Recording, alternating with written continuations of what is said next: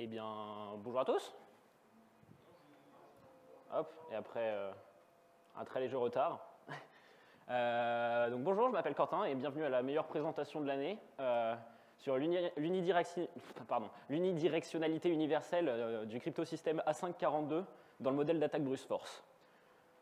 Donc là, je me doute que probablement la plupart d'entre vous se demandent mais c'est quoi ce titre? Qu'est-ce que ça veut dire? Bah, figurez-vous, j'en sais rien. Il se trouve que ça va être une conférence principalement sur ce qu'on appelle la cryptologie. C'est-à-dire c'est de la cryptologie mélangée avec crap, parce que la plupart du contenu que vous allez voir, c'est probablement énormément de la merde. Si jamais les différentes causes qu'il peut y avoir sur le fait de ne pas comprendre le titre de cette présentation, ça peut être parce que vous n'êtes pas encore initié à ce fabuleux domaine de la cryptologie, ou alors parce que j'ai inventé la moitié des termes, non, la totalité des termes dans le titre de la conférence. Tout est bon au niveau audio? Yes. Enfin si, il y a un mot que je comprends plutôt bien dans le titre de la conférence, c'était A542, parce que c'est le nom d'un modèle cryptographique assez réputé qui appartient à une longue ligne d'algorithmes de chiffrement symétrique par des cryptographes extrêmement réputés. Donc tout a commencé en 1987 par le modèle A5.1, qui était le modèle de chiffrement utilisé pour la 2G, pour le chiffrement des communications GSM. Bon, certains, peut-être je pense les 2028, on en a peut-être entendu parler parce que je les avais fait recoder quand j'étais leur ACDC. C'était un algorithme qui, de base, était fermé, qui était censé rester secret, mais évidemment, il a fini par se faire reverse engineer en 99, et même 2 ans avant ça, il avait déjà été montré qu'on pouvait le déchiffrer en temps réel sans la clé. Bon, pas terrible.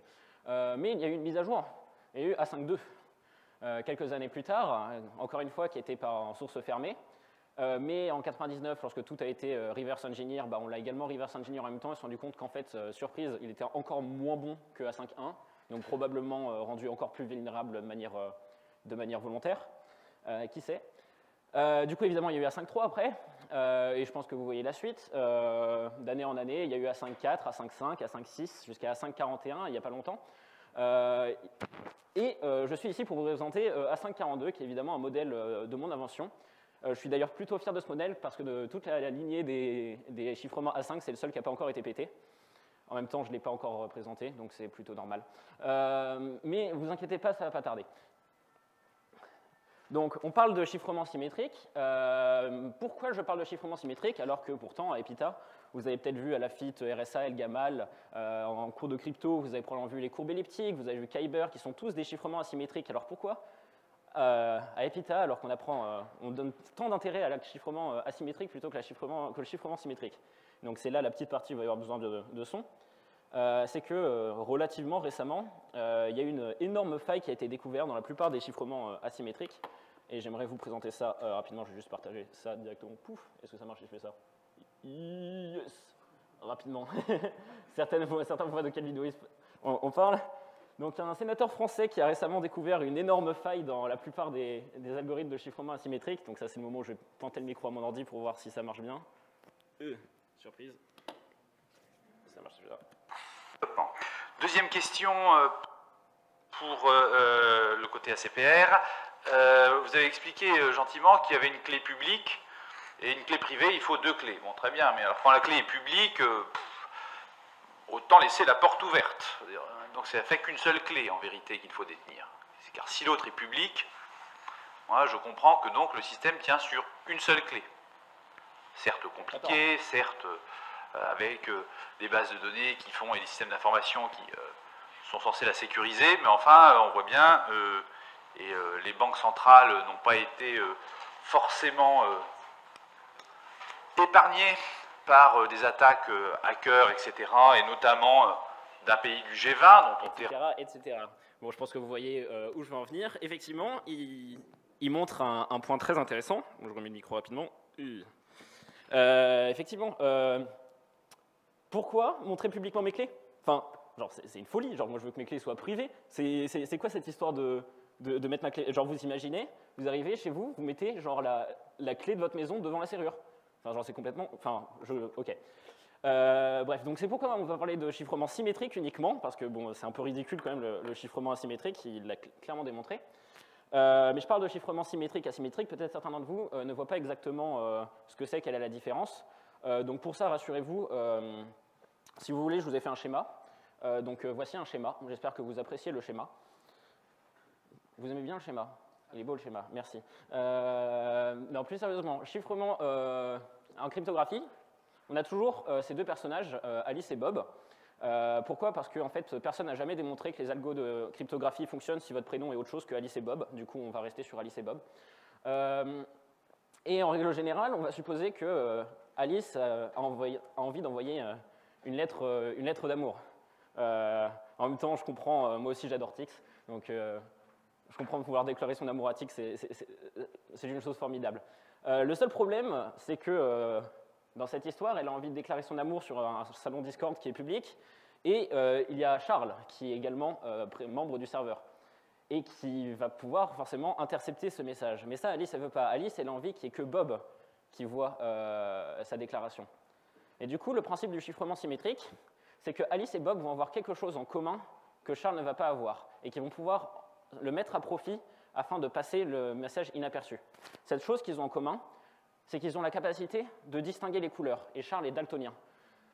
Ainsi, j'espère qu'il n'y a pas de daltonien dans la salle, parce que sinon, vous allez avoir passé un sacré quart d'heure. D'ailleurs, désolé également en distanciel pour ceux qui sont daltoniens. Alice et Bob, qui ne peuvent donc distinguer les couleurs, vont envoyer leur message en vert sur rouge. Et là, Charles ne peut plus rien faire, il n'arrive plus à intercepter leur communication. Un exemple d'algorithme de chiffrement de cryptographie symétrique, qui est en fait juste un algorithme parfait, littéralement, mathématiquement, il garantit le secret parfait. C'est ce qu'on appelle l'algorithme du masque jetable. Donc c'est un algorithme assez poussé, dont je ne vais pas aller jusqu'au bout, je vais simplement présenter dans de très vagues détails quelques étapes, parce que bon, vous doutez qu'un algorithme qui garantit le chiffrement parfait, c'est quand même quelque chose d'assez avancé qu'on ne voit forcément pas à Epita parce que, bon, en même temps, on n'aurait pas le temps sur une année. Mais le principe, c'est que Alice et Bob, je donne vraiment dans les grandes lignes, Alice et Bob, plutôt que d'avoir cette chose en commun qui était avant la capacité de distinguer les couleurs, ici, ils vont simplement avoir une clé en commun qu'on appelle K, qui peut être un nombre, un fruit, une chaîne de caractères, des octets, tout ce que vous voulez. Et encore une fois, je ne vais pas m'attarder sur tout l'algorithme, mais grosso modo, ce que Alice va faire, c'est plutôt que d'envoyer le message, dans l'idée, elle va envoyer le message Xorka à Bob, et c'est tout. Merci d'être venu à ma présentation. Non. Bon, alors pour l'algorithme, c'est vraiment tout, c'est juste ça. C'est ce qu'on appelle le masque jetable, ça marche parfaitement, ça garantit un secret parfait, c'est-à-dire que juste en envoyant ça, Bob peut déchiffrer, il a juste à refaire Xorka, et le message au milieu qui passe Xorka, en fait, Charles, il n'a absolument aucun moyen de déchiffrer le message, même avec du brute force, même avec autant de capacité de calcul qu'il veut. Parce que potentiellement, s'il y a une autre clé qui donne un autre message, on n'en sait rien. Donc voici un algorithme de chiffrement parfait, juste XOR, c'est suffisant. Donc ce qu'on appelle un secret parfait. Et à implémenter, c'est vraiment pas bien plus compliqué. Vous voulez chiffrer un message, le message chiffré, vous faites le XOR avec la clé. Bien joué. Vous voulez déchiffrer le message déchiffré, c'est le message chiffré XOR avec la clé. C'est tout. Donc voilà, maintenant vous êtes à présent des cryptographes parfaits et vous connaissez la méthode pour chiffrer de manière parfaite n'importe quel message. Mais peut-être que maintenant vous vous posez la question de comment ça se fait, je pense au 2026, qu'on a eu à implémenter AES en sup, qui était plutôt complexe, alors que pourtant, juste faire un XOR, c'est déjà un chiffrement parfait. Question, à mon avis, tout à fait légitime. C'est qu'évidemment, il y a quelques petits défauts au masque jetable, notamment, comme son nom l'indique, ça marche nickel si vous chiffrez un message, mais vous ne devrez jamais chiffrer deux messages avec un masque jetable. D'ailleurs, c'est d'où le nom de masque jetable. Il y a plusieurs raisons à cela. La première raison, c'est lorsqu'on fait un tour de magie, on ne fait jamais le tour de magie deux fois. Et la cryptographie, c'est de la magie noire. Donc, selon moi, ça rentre. Deuxième raison, le masque jetable est d'une carte limitée selon les règles TCG de Yu-Gi-Oh! Donc, il est interdit d'en avoir plus qu'un dans son deck. Et également, crypt dragging. Donc, le crypt dragging, peut-être certains d'entre vous en ont déjà fait. C'est un truc un peu amusant. Bon, je vais parler du principe, je pourrais vous en montrer un en live, mais bon, ouais, on ne va pas trop s'attarder. Le principe, c'est, bon, vu que le chiffrement, c'est juste Xorka, bon, si jamais Alice envoie deux messages, M1, M2, les deux, elle fait juste Xorka. Charles, il voit message 1 Xorka, message 2 Xorka. S'il fait juste les deux messages qu'il a vus et qu'il les XOR ensemble, ça fait M1, XOR K, XOR M2, XOR K, les deux XOR K s'annulent, et du coup, il a M1, XOR M2, ce qui est pas terrible d'avoir genre quasiment les deux messages d'un coup en faisant un XOR. Et ça permet, donc là on a le XOR des deux messages, mais en réalité, si jamais les messages, ce n'est pas des données aléatoires, en fait, on peut même récupérer les deux messages. C'est-à-dire que si on prend les deux XOR, genre on suppose que, je sais pas, on devine un petit bout de M1, genre un The qui est par là, à cet endroit-là, on XOR M1 avec ça, on obtient la partie correspondante dans M2. Et bon, apparemment, on a un petit peu de temps, donc je vais vous montrer comment rapidement, une petite démo en live, est-ce que j'arrive à en faire un. C'est pas très compliqué, j'ai un petit setup pas trop loin normalement. C'est où toi, va-t'en. Pouf. Hop, je vais mettre en beaucoup plus grand. C'est où? Comment ça s'appelle? Je crois qu'on est à gconf, c'est ça. Pouf. Un petit exemple de crypt dragging. Là, j'importe juste deux messages au pif qui ont été chiffrés exactement de cette manière. Donc C1, C2, c'est les deux messages qu'ont intercepté Charles. Le fameux XOR entre les deux, et là j'ai fait juste des petites fonctions à la con. On va tenter de faire un crypt dragging, c'est-à-dire qu'on va tenter de récupérer le contenu des deux messages juste en faisant des petits guesses au pif. Donc le premier truc à faire en général, c'est, bon, je vous indique que c'est des messages en anglais, donc on va juste chercher un The dedans. Donc on va juste tenter de mettre des The un peu partout dans le message. Et si on teste de le mettre un peu partout, donc là vous voyez j'affiche à chaque fois, si jamais je mets un The quelque part, quel serait le message correspondant de l'autre côté. Et là on voit que, hop, elle est où ma souris? J'en ai aucune idée. Bon, je vais faire avec le tuyau. Là, si jamais le The est au tout début, ça va faire chevron A étoile 0. Bon, ça n'a pas l'air d'être très crédible. Mais si on descend un peu, on voit qu'il y en a un qui est pas trop mal ici. Là, ici. Avec un is ici. Donc, est-ce que quelqu'un a envie de deviner quelle lettre serait un peu à gauche, à droite de l'un des deux messages? Petit guess au pif. Un petit caractère en plus, un petit caractère en moins quelque part. Comment? Is. Où ça, pardon? Pour le KE, tu as envie de mettre like. Hop, vas-y, on peut t'aider. Hop, du coup, déjà, on peut juste le graver dans le marbre. C'est 1, 2, 3, 4, 5, 6 caractères après le début. Donc ici, on va mettre, hop, 1, 2, 3, 4, 5, 6. Et là, on va mettre the. Hop, donc on a vu ça donner ici. On peut tenter effectivement, oups. C'était là, du coup, on va tenter like. Is. Si on teste ça, je vais enlever ça du coup, parce qu'on n'a plus besoin. Le code au torticolis. Si je tente, ça, j'ai raté, Python. Je sais pas si tu vois, ça fait 2 barres verticales, donc c'est probablement pas like, c'est peut-être autre chose. Je propose une autre chose qui peut donner un petit indice. Après is, c'est probablement juste un espace. On peut tenter juste de mettre un espace ici. Si on met un espace là, on obtient the g. Est-ce que quelqu'un veut peut-être guess un mot à gauche, à droite, si c'est pas like, proposer une autre tentative? Tentez des phrases un peu... Après is, ça pourrait être quoi comme mot? Un simple mot de une lettre. Dis. Effectivement, la lettre A, je pense que c'est une bonne tentative à faire. Et si on tente ça, ah, peut-être que là, on a quelque chose de cohérent à gauche. On pourrait tenter quoi ici? On peut tenter ça.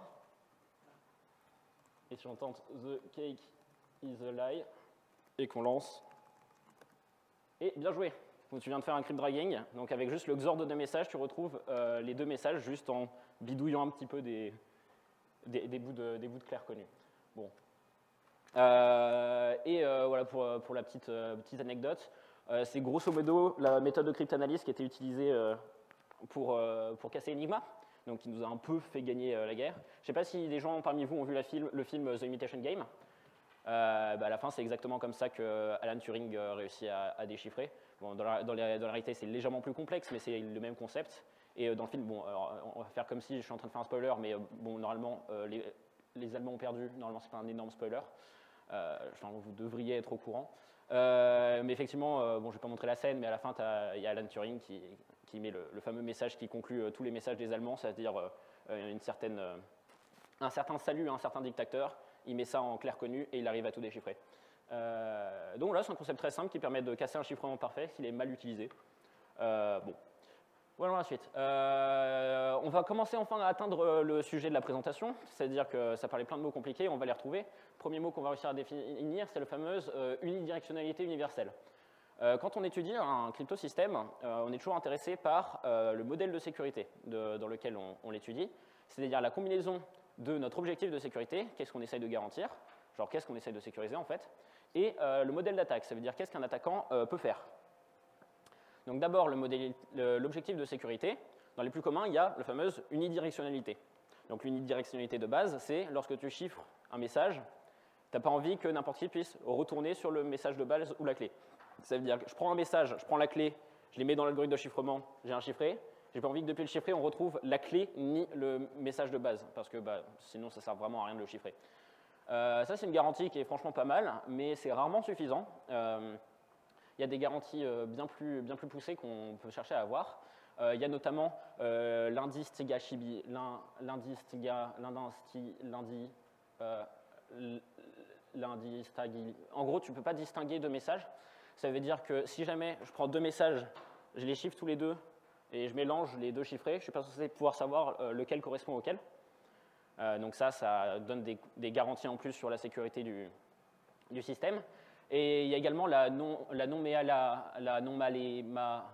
En gros, on n'est pas censé pouvoir éditer le chiffré et que ça fasse des modifications prévisibles dans le clair. Parce que sinon, même sans pouvoir lire, on pourrait bidouiller le chiffré et réussir à altérer le clair d'une manière prévisible. Donc ça, c'est en général les trois principales garanties qu'on utilise. Mais selon moi, ce n'est pas suffisant. Parce que, bon, si on reprend exactement cet exemple de Alice qui envoie un message à Bob, qui utilise un canal du coup, qui est chiffré, et même supposons qu'ils utilisent un algorithme de chiffrement qui satisfait très très bien ces trois contraintes. Donc ça veut dire que Charles ne peut pas directement récupérer le message ici, parce que c'est unidirectionnel. Il y a quand même un problème qui fait que potentiellement le message peut fuiter à Charles. Notamment, est-ce que quelqu'un a envie de tenter de trouver la faille dans ce magnifique schéma ? Bien, la principale faille, c'est que Bob pourrait cafeter à Charles le message. Et ça, c'est un problème. Parce que si jamais Bob cafete le message à Charles, eh bien le message devient connu de Charles. Donc pour résoudre ce problème, je propose un concept qui s'appelle l'unidirectionnalité locale. C'est-à-dire que je fais en sorte que même Bob ne puisse pas déchiffrer le message. Comme ça, on est sûr que Bob ne puisse pas cafeter le message. Donc là, on a maintenant un secret, on est garanti, normalement, que seulement Alice ait accès au secret, et elle est sûre à 200% que Charles ne puisse pas retrouver le message. Ou en fait, peut-être que si, il y a encore un problème. Est-ce que vous voyez encore la dernière vulnérabilité qu'il y a dans ce schéma? Dis-moi. Alice, elle peut cafeter à Charles. Exactement. Alice peut cafeter à Charles, ce qui est un énorme problème. Pour certains d'entre vous, vous savez peut-être pourquoi je tiens ce tuyau. C'est un tuyau, en fait, ce n'est pas n'importe quel tuyau. C'est un outil de cryptanalyse moderne. C'est un outil qui permet de casser n'importe quelle clé RSA en temps constant par ce qu'on appelle la méthode de la cryptanalyse au tuyau en caoutchouc. Donc c'est une méthode qui permet d'obtenir n'importe quel privé. Il suffit juste de trouver le détenteur de la clé privée et de le frapper avec jusqu'à ce qu'il accepte de nous la concéder. Et vu que c'est une méthode qui est indépendante de la taille de la clé, ça fonctionne en temps constant. Et ce genre de méthode peut être appliqué par Charles pour récupérer le message à Alice. Donc pour résoudre ce problème, il y a différentes manières de le faire, mais par exemple on peut supprimer Alice. On obtient maintenant ce qu'on appelle une unidirectionnalité universelle. Ça veut dire que même Alice n'est pas au courant de son propre message. Et là on est sûr qu'il ne va pas leak d'une quelconque manière. Donc ça, c'est notre objectif. On a parlé du coup du modèle de l'objectif de sécurité, mais il y a également du coup le modèle d'attaque qui va nous permettre de déterminer qu'est-ce qu'un attaquant est en mesure de faire dans le contexte de là où est hébergé simplement le système. Dans les modèles les plus classiques, on a les attaques au chiffré uniquement. C'est lorsque l'attaquant a uniquement accès à des messages chiffrés, mais juste la partie chiffrée des messages. Donc, en général, si on prend, donc c'est toujours une combinaison d'un objectif de sécurité et d'un modèle d'attaque. Si on prend par exemple attaque au chiffré uniquement pour casser une unidirectionnalité, ça veut dire que l'objectif de l'attaquant, ça va être de réussir à retrouver le message depuis quelques chiffrés. Il a juste accès à quelques chiffrés. Et c'est noté du coup souvent OWCOA. On va donner un autre exemple. On a par exemple une attaque au clair connue. C'est quand cette fois-ci, l'attaquant connaît quelques messages qui n'est pas en rapport avec ce qu'il veut attaquer, mais il connaît quand même quelques messages en clair et leur version chiffrée. Donc par exemple, si on prend un autre modèle, un autre objectif de sécurité comme l'investigabilité, machin, avec ça, donc ça donnerait ind KPA. Ça veut dire que l'objectif, donc cette fois-ci du défenseur, c'est de faire en sorte que son modèle, on soit impossible de distinguer deux chiffrés, même si jamais un attaquant connaît quelques messages clairs. Après ça, on a également l'attaque à la clé uniquement. C'est lorsque l'attaquant a les clés de chez lui, mais il a oublié où il habite parce que la soirée d'avant d'hier était un peu trop arrosée. Et le côté attaque, c'est parce qu'il a une attaque au foie en rentrant. Il n'aurait vraiment pas dû boire autant. On a également les attaques au clair choisi. C'est quand, par exemple, l'attaquant a envie de connaître la version chiffrée du message à l'aide. Et du coup, pour ce faire, il brûle ta maison. Et du coup, tu envoies le message à l'aide. Enfin, en tout cas, les chances sont significativement augmentées que ton prochain message soit à l'aide. Donc ça, c'est ce qu'on appelle une attaque au clair choisi. Et il y a également donc entre guillemets, le modèle où l'attaquant est le plus puissant possible. C'est ce qu'on appelle l'attaque au chiffré choisi, où du coup, c'est l'inverse, l'attaquant est en mesure d'effectuer des déchiffrements. Donc ça veut dire qu'il peut choisir des messages chiffrés et il obtiendra la version déchiffrée. Donc ça, c'est pour principe genre de ce que l'attaquant peut faire, mais dans le modèle d'attaque, il y a également le contexte dans lequel l'attaque prend en question. Et notamment, par exemple, on a ce qu'on appelle les lunchtime attacks, c'est lorsque l'attaquant a un temps limité pour effectuer son attaque. Donc ça s'appelle comme ça parce que c'est en général les attaques quand tu n'as pas eu 3 locks. Donc le gars va probablement revenir après sa pause repas, et tu as 30 minutes pour effectuer ton attaque, donc tu ne peux pas faire des énormes brute force qui sont très très longs. Dans la réalité, ça peut être sur des serveurs également, si la connexion, tu n'as que 2 minutes de connexion quand tu te connectes, donc tu n'as que 2 minutes pour faire des calculs, etc., pour faire ton attaque. On a l'attaque de la femme de chambre malveillante. Là, on pourrait croire que c'est du troll, et pourtant non, c'est bien la traduction française officielle. C'est la même chose, sauf que tu as bien les 3 locks. Du coup, l'attaquant est un peu moins puissant, mais il peut quand même, par exemple, mettre des keyloggers, etc., sans que tu t'en aperçoives quand tu reviennes.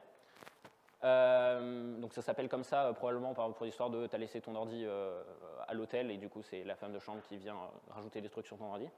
Nous avons l'attaque cardiaque. Ça, c'est vraiment, tu n'aurais pas dû boire autant hier, je suis désolé. On a les attaques brute force, donc là, c'est plus entre guillemets, un type d'attaque que l'attaquant peut faire. Les attaques brute force, ça se base sur le principe et la psychologie, peut-être, que si jamais tu n'as pas gagné la loterie, c'est probablement que tu n'as juste pas acheté encore assez de tickets. C'est-à-dire que tu vas tenter de déchiffrer en guessant une clé au pif ou alors dans un ordre quelconque, et tant que ça ne déchiffre pas, tu tentes avec la clé d'après. Cette attaque, elle marche dans la très très grande majorité des chiffrements symétriques, et elle a une complexité temporelle bornée par 2 puissance n, où n c'est la taille de ta clé, donc c'est le nombre de clés que tu dois tester au maximum, multiplié par le temps de déchiffrement. Donc ça veut dire que n'importe quel, genre par exemple AES, etc., la complexité, genre sa sécurité maximale qu'elle peut garantir, ce sera toujours ceci. Donc c'est pour ça qu'on essaye d'avoir des clés suffisamment grandes pour augmenter cette complexité minimale d'attaque. Mais ça, c'est pour l'attaque brute force, mais il y a également l'attaque brute force. C'est la même chose, sauf que tu gazes du premier coup. Donc ça fonctionne toujours en une complexité proportionnelle à le temps d'un déchiffrement. Ah oui, je parle beaucoup de Bruce, mais peut-être que vous ne savez pas qui est Bruce. Bruce Schneier, c'est un cryptographe assez célèbre, souvent réputé pour être le Chuck Norris de l'informatique. Je parle d'une attaque brute force. Bon, ça paraît pas très réaliste, mais encore une fois, on peut faire une petite démo rapidement d'à quoi ça ressemblerait, une attaque brute force. C'est pas très compliqué à mettre en place.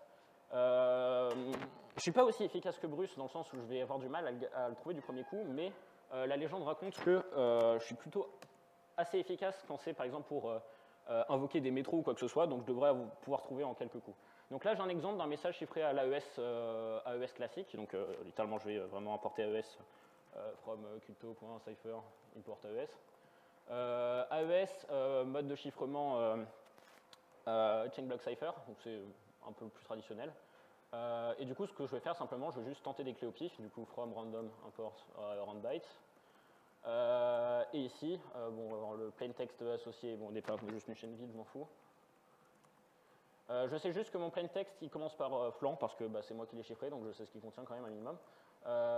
Du coup, tant que ça ne commence pas par flanc, start with pouf, flanc, je vais prendre une clé au pif, donc qui est égale à roundbytes, les clés AES standard, c'est 16 octets, donc 128 bits. Je définis mon algo de chiffrement, c'est juste AES clé, c'est ce que je viens de trouver au pif. mode aes.mode chaîné et l'IV je l'ai et je tente du coup plaintext égale à cipher.decrypt, je tente de déchiffrer le ciphertext.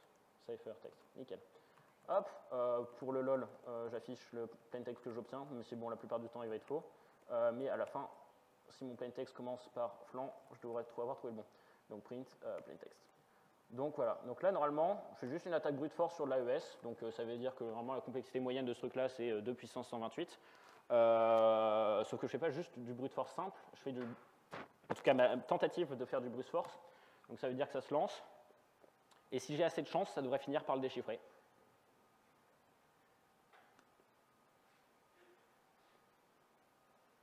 Il faut y mettre un peu de conviction quand même. Moi, j'y crois un peu. Vous voyez, je dis qu'au bout d'un moment, éventuellement, il va tomber sur la bonne clé. Tu vois.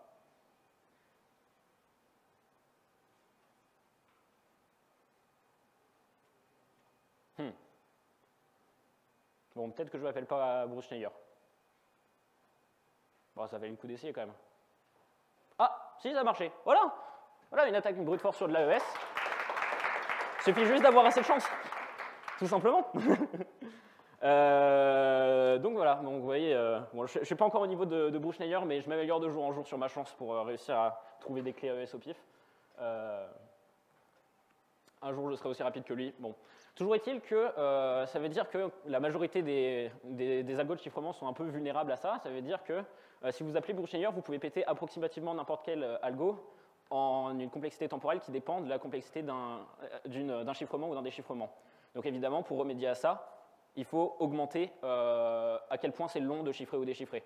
Donc évidemment, le fait de faire des algos efficaces pour le chiffrement, bah, c'est un peu ce qui les rend vulnérables. Donc moi, je préfère les rendre le plus lent possible. Donc voyons voir comment on pourrait améliorer quelques problèmes du masque jetable pour faire en sorte que non seulement il soit plus sécurisé, mais en plus régler le fameux problème de on ne peut pas réutiliser la clé plusieurs fois. Parce que le principal problème qu'on a quand même du masque jetable, c'est on doit réussir à se mettre d'accord sur une clé qui fait la même taille que le message. Du coup, si jamais Bob n'a pas la clé, comment je lui envoie la clé? Sachant que c'est le même problème que le message. Parce que si je lui envoie juste la clé, bah, Charles l'intercepte et on n'a plus notre secret parfait. Donc pour ça, je propose une modification toute simple en fait, qui permet de garantir ceci. C'est que bah, on a envie de transférer K de manière sécurisée. Bah, on n'a qu'à chiffrer K de la même manière en envoyant K XOR K, tout simplement. Du coup là, on a également la garantie de secret, que Charles ne peut pas réussir à l'intercepter. Pourquoi? Parce que K XOR K, ça fait 0, donc il va juste voir la valeur 0, il ne va pas retrouver la clé.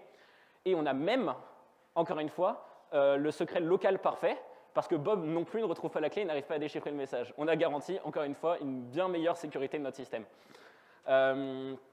Donc ça, en soi, c'est assez facile à implémenter. Donc on peut l'implémenter avec un algo récursif assez basique. Donc on repart du principe de l'algo de chiffrement, enfin du masque jetable. Juste la clé, on l'envoie de manière récursivement avec notre masque jetable. Et de la même manière, on reçoit la clé récursivement avec bah, du coup l'algo de déchiffrement du masque jetable. Donc là, peut-être que vous voyez peut-être un défaut à cet algo, c'est qu'il est relativement lent. Enfin, en tout cas, c'est ce que j'ai remarqué quand j'ai tenté de le lancer. Et du coup, j'ai lancé un profiler dessus pour savoir qu'est-ce qui prenait autant de temps. Et il se trouve que du coup, proportionnellement, les deux trucs qui prenaient plus de temps, c'était la génération d'aléatoires, évidemment, parce qu'on passe très souvent là-dessus, ça prenait la majorité du temps, et ce commentaire, parce que j'ai mis beaucoup de temps à l'écrire. Du coup, j'ai commencé à réfléchir à comment je pourrais améliorer ce temps passé à générer de l'aléatoire, parce qu'effectivement, urandom, ça génère de l'aléatoire avec de l'entropie, etc., de manière sécurisée, mais générer autant d'aléatoires que la taille du message, c'est assez coûteux. Donc pour ça, en cryptographie, on utilise souvent... d'ailleurs, en français, on dit chiffré, pas crypté, juste que ce soit clair. En cryptographie, on utilise des outils, notamment des générateurs pseudo-aléatoires, qui permettent d'étendre un peu la quantité d'aléatoires qu'on obtient pour le même niveau d'entropie. Laisse-moi expliquer. Donc on va parler des oracles. Donc c'est ce qu'on va utiliser, des oracles aléatoires, etc. Un oracle, en règle générale, c'est quoi? C'est une sorte de boîte noire. Dedans, il rentre une question. Ensuite, tu fais des sacrifices à des divinités. Peut-être tu donnes des ressources de calcul. tu fais des prières aux entités supérieures qu'on appelle des ordinateurs, tu demandes pas mal de temps, et à la fin, tu obtiens la réponse. C'est ce qu'on appelle un oracle en mathématiques. Donnons un exemple, je vais voir un oracle, je lui demande au grand oracle quelle est la réponse à la grande question, la question ultime sur la vie, l'univers et le reste. J'attends 7 500 000 années, et on obtient la réponse 42. Là, je pense que vous avez vu le guide du voyageur intergalactique, c'est comme ça que ça fonctionne. Donc ça, c'est un oracle en mathématiques, mais il y a pas mal d'autres types d'oracles qui sont particulièrement intéressants. Par exemple, vous avez les oracles de Delphes, qui sont franchement pas mal. Ils ont une petite amélioration par rapport aux oracles classiques mathématiques, c'est qu'une question rentre, encore une fois, il y a un coût à payer, qui peut être une taxe, une corruption, tout ce que vous voulez, et vous obtenez la réponse que vous voulez, ce qui est largement meilleur. Donnons un exemple. Ô grand oracle de Delphes, donne-moi la réponse à ma question qui me turlupine. Est-ce que mon algorithme de chiffrement, tout juste créé, est incassable? Je paye ma taxe. Bien sûr, elle y est, monsieur. Maintenant, est-ce que vous êtes intéressé par un buste de Socrate pour seulement 9,99 €? Et vous pouvez même partir avec un buste de Socrate, c'est fou. Ça, ce genre d'oracle, c'est vraiment le futur, je vous dis. En cryptographie, on est intéressé justement aux oracles aléatoires. Selon moi, ce n'est pas forcément le meilleur type d'oracle, parce que bon, comment ça fonctionne? C'est encore une fois un principe assez similaire. Une question rentre, vous payez une fois un coût en entropie, en temps, tout ce que vous voulez, et il sort de la merde. Donc on prend par exemple un exemple pratique. Au grand oracle, quand aura-t-on les résultats de la FIT? Là maintenant, il y a OpenSSL qui te demande de bouger ta souris comme un couillon pour générer plus d'entropie, et tu obtiens comme réponse 27 62 CC 2B 3DA 51 94 5A F9 35 B09 F2 D29 2B 5B C3 BEE1, ce qui est franchement pas très utile. Donc ouais. Mais des exemples d'oracles aléatoires, on en retrouve assez souvent en fait dans la vraie vie, parce que bon, ce qui définit un oracle aléatoire, c'est simplement tu lui poses une question, il te répond de la merde. Je pense que vous voyez où en venir. Prenons un exemple, par exemple, le serveur 2028.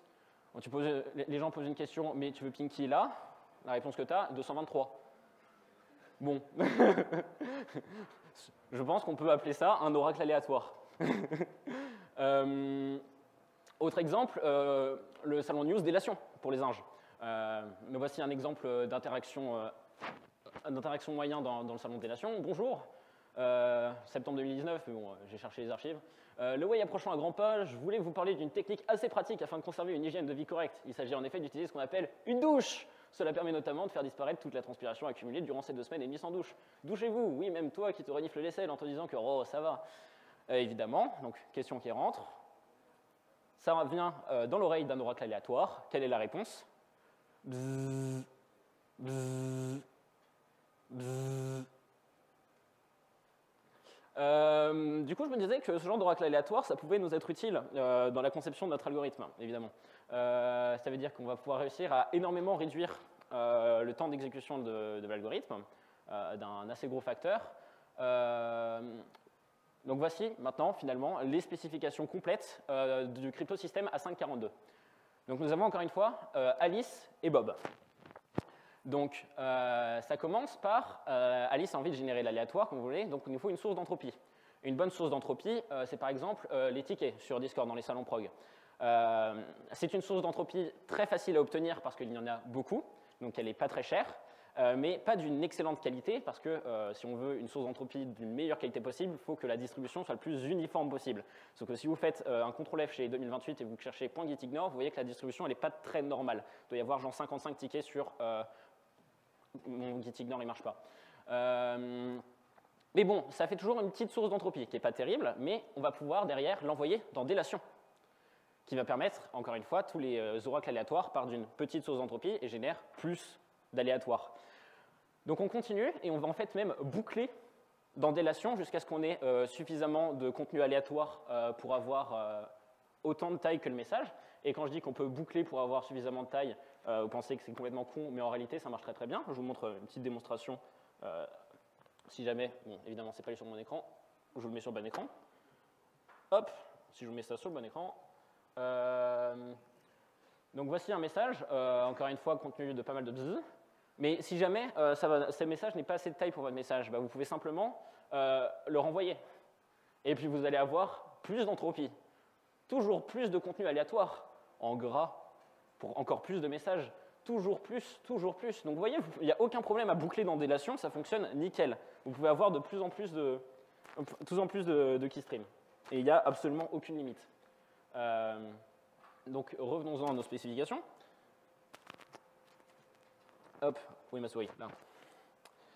Une fois qu'on a obtenu assez de keystream, donc assez de flux pour pouvoir chiffrer notre message, en fait on peut simplement faire notre masque jetable.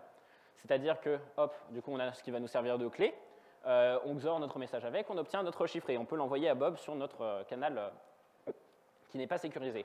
Tout ce qui nous reste, c'est réussir à envoyer la clé à Bob.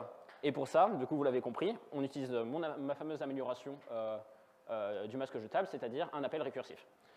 Donc avec ça, on a une manière théoriquement totalement sécurisée d'envoyer un message chiffré et la clé correspondante sur un salon non sécurisé. Donc finalement, pour conclure, on va simplement parler de ce qu'on a réussi à atteindre. Le théorème qu'en fait j'essayais de montrer depuis le début de cette présentation, c'est que le cryptosystème A542 atteint bel et bien une unidirectionnalité universelle dans le modèle d'attaque brute force. Donc pour ça, ça utilise des preuves en fait assez avancées, même un protocole très complexe pour la preuve, qui était un peu trop complexe pour pouvoir tenir dans une slide. Mais grosso modo, je ne sais pas si vous avez entendu parler de ce truc qui commence à émerger en cryptographie qui s'appelle les ZKP, les Zero Knowledge Proof, c'est les preuves à divulgation nulle. Ça utilise un truc encore plus nouveau qui est assez similaire, plutôt qu'une preuve à divulgation nulle, qui est le fait de réussir à prouver qu'on a connaissance de quelque chose sans divulguer la moindre information dessus, genre prouver qu'on connaît la solution d'un sudoku alors sans divulguer le moindre indice dessus. J'utilise un système un peu similaire qui s'appelle les Zero Proof Knowledge, ou alors divulgation à preuve nulle. Qui est du coup une technique assez nouvelle et dont je ne pourrais pas avancer parce que bon, ça c'est un papier que je vais bientôt publier, j'éviterai d'en révéler un peu trop. Donc c'est tout pour ma présentation. Du coup, merci à toutes mes références, notamment Refneeded sur Wikipédia, des révélations divines que j'ai eues dans mon sommeil et dans la bile, et à Wikipédia tout entier finalement. Et bon, pour la petite anecdote sur vraiment quelle a été cette présentation, donc c'est une sorte de remake de plusieurs présentations dans le journal de la cryptologie, mélangé à, bon, vous avez probablement vu tout en haut des faits avérés sur Bruce Schneier et des références à encore d'autres conférences. Merci de votre écoute.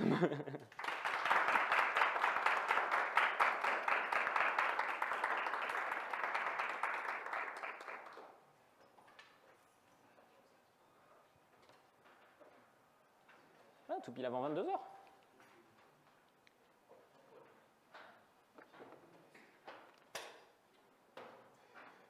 Ah, j'ai oublié de demander, est-ce qu'il y a des questions? Oui, question. La question, c'est pourquoi je m'acharne sur les 2028? C'est mes sup. Évidemment que je m'acharne sur mes sup. C'est quoi cette question? Oui. Est-ce qu'on peut utiliser une clé symétrique lorsque le message n'est pas un palindrome? Du coup, tu risques de perdre la moitié de ton message, malheureusement.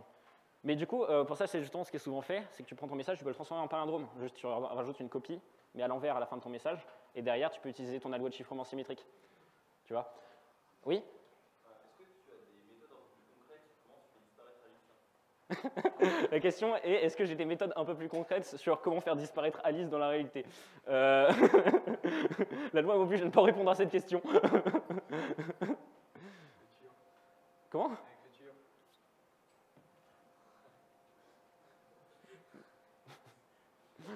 Ce n'est pas une arme de crime. Merci de ne pas l'inspecter. Je vous jure. Ouais, c'est bon.